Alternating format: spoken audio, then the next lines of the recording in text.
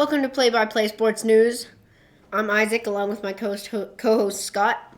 We are live from Philadelphia, and even with the Eagles crashing out of the playoffs last week, there's still a lot going on in Philly sports this weekend, including plenty of NFL playoff action.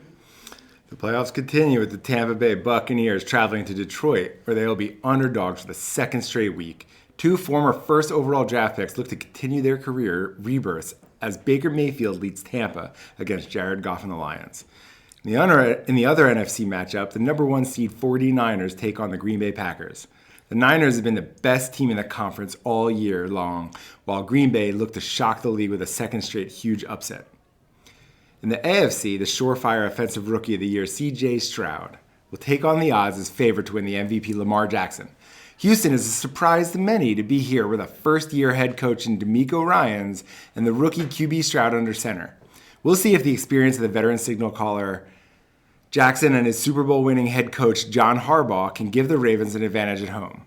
The winner of that game will take on the winner of one of the best quarterback rivalries in the NFL as Patrick Mahomes and the Chiefs travel to Buffalo to take on Josh Allen and the Bills.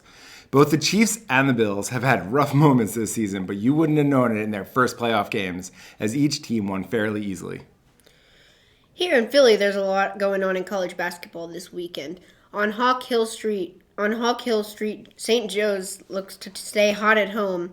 So far this season, they're 8-2 at Hagan Arena.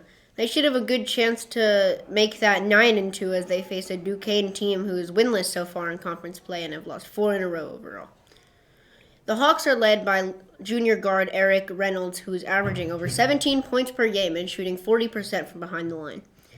A team with a tougher test this weekend are the Villanova Wildcats, as they face defending national champions and current number 1 ranked UConn. Nova started the season at 11-6 overall and 4-2 in conference play. The Wildcats do get to take on the Huskies at Wells Fargo Center tonight, which could be a help for the Cats as UConn are only 2-2 on the road this season. The Huskies play a team game with 4 players averaging over 13 points a game, while Villanova are led by veteran redshirt senior Eric Dixon in his 15 points per game.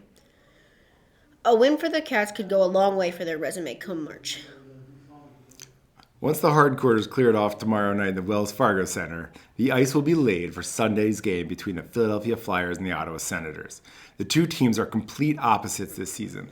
The Flyers were seen by many coming into the year as one of the worst teams in the NFL and in the NHL.